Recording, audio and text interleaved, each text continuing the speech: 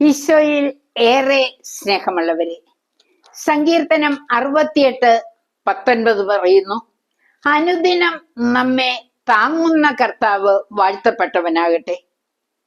നമ്മെ താങ്ങി നടത്തുന്ന ഒരു കർത്താവുണ്ടെന്നുള്ള സത്യമാണ് ഇവിടെ പ്രഖ്യാപിക്കുന്നത്.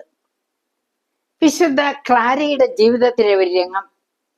ഒരു ദിവസം ക്രൂശിത രൂപം നോക്കി വിശുദ്ധ ക്ലാര കണ്ണീരൊഴുക്കുന്നു ആ പീഡകളെ ധ്യാനിച്ച്.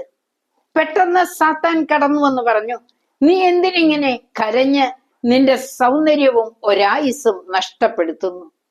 ക്ലാര ധീരതയോടെ മറുപടി പറഞ്ഞു, എന്റെ രക്ഷകൻ എന്നോടൊപ്പമുണ്ട്, എന്റെ കണ്ണീരൊപ്പുന്ന യേശു. സാത്താൻ ഓടി മറഞ്ഞു. പെട്ടെന്ന് ക്രൂശിത രൂപത്തിൽ നിന്നൊരു സ്വരം ക്ലാര കേട്ടു, നീ തനിച്ചല്ല, നിന്നോട് കൂടെ ഞാനുണ്ട്.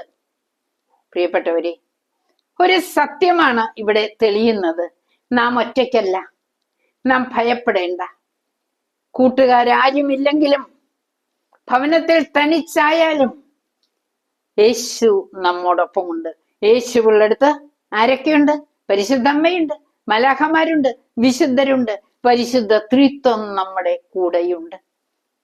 കൃപ നിറയുന്ന ഒരു ജീവിതം സമ്മാനിക്കാൻ യേശുവിന് കഴിയും.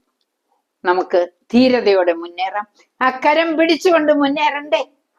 ദൈവത്തിന്റെ ശക്തി എല്ലാവരിലും നിറയട്ടെ. ആമേൻ.